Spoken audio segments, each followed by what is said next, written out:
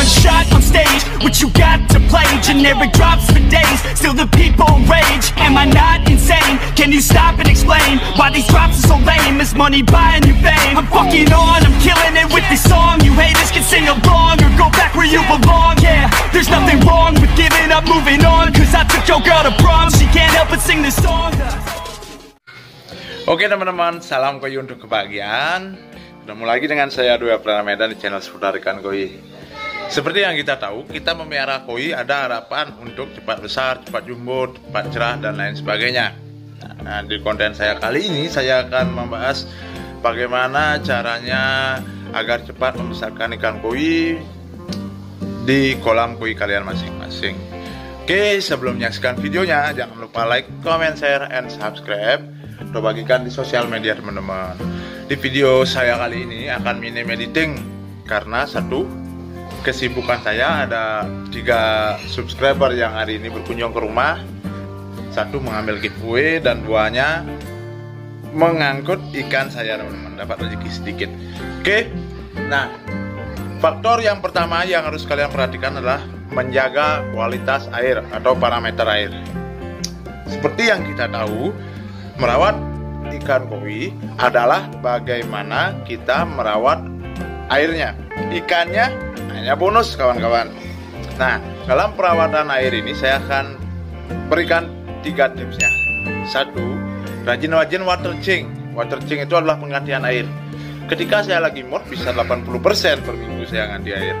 Ketika nggak mood palinglah 30% 2 minggu. Oke. Fungsi water change ini adalah memasukkan air baru yang penuh dengan nutrisi. Nah, contoh logikanya seperti ini. Ketika ada air baru di mood pond kan biasanya mengalir terus tuh air tuh. Nah, jadi nutrisi yang baik untuk ikan koi yang bagus, yang masih fresh di air-air baru itu membuat mood pond itu koi gampang gede kan. Nah, logika sederhananya seperti itu. Nah, ketika kita membuat kolam tertutup kawan-kawan, jadi kitalah yang harus aktif memasukkan air baru. Itu ya kuncinya teman-teman. Saya hanya main logika aja teman-teman, dan saya praktekkan dan saya sharing-sharing ke rekan-rekan senior yang lainnya. Oke. Nah, cara kedua adalah rajin-rajin dripping. Jadi gini, agar kalian tidak repot, jadi bisa diinstal sistem auto dripping. Kalau nggak salah murah ya, water flow aja kasih, terus ada kasih keran, bisa. Fungsi dripping itu adalah memasukkan air baru ke kolam koi kalian. Misalnya nih, 1 hari kalian dripping 5%. Kalau seminggu dripping kan 35%. Jadi 35% per minggu masukkan air baru, per bulan sih 120% kan. Nah, jadi setiap bulan airnya baru, nutrisi airnya bagus. Terus kandungan nutrisinya juga oke. Nah, lanjut ke fasilitas kolam kawan-kawan. Fasilitas kolam yang saya maksud adalah ikan koi kan perlu oksigen terlalu dalam air, jadi kita harus install aerator, uniring, dan lain sebagainya. Karena jujur, sesuai pengalaman saya meliput di lapangan, ketika pakai uniring, grow ikan koi itu lebih kencang, lebih cepat dengan pakan yang sama. Fasilitas yang selanjutnya adalah bagaimana membuat arus atau air bergerak secara dinamis. Nah, kita install arus atas, kita install arus bawah. Arus atas juga berfungsi sebagai pendorong kotoran-kotoran di permukaan air masuk ke skimmer. Arus bawah juga sama, memutar kotoran air yang ada di dasar kolam sehingga gampang disedot oleh BD. Nah, selain itu kawan-kawan, ikan koi pada dasarnya suka dengan berenang melawan arus. Jadi perlu kita menciptakannya agar ikan berolahraga, dan saya kira jika olahraga ikan akan menjadi sehat dan pertumbuhannya pun optimal. Nah, faktor selanjutnya teman-teman, pakan. Bagaimana pakan ini? Pemilihan pakan itu penting teman-teman. Bagaimana kalian memilih pakan yang proteinnya tinggi. Misalnya nih, proteinnya tinggi kan ada nih, bahkan lokal maupun impor proteinnya tinggi 52%, 50% dan lain sebagainya. Dan lemaknya juga tinggi. Lemaknya tinggi ini berfungsi untuk menggemukkan ikan koi ke samping atau bulky orang-orang bilang. Itu teman-teman. Dan untuk pakan selanjutnya adalah bagaimana cara pemberian pakan. Pemberian pakan yang baik itu adalah menurut kawan-kawan ya. Kalau saya sih masih ugal-ugalan teman-teman.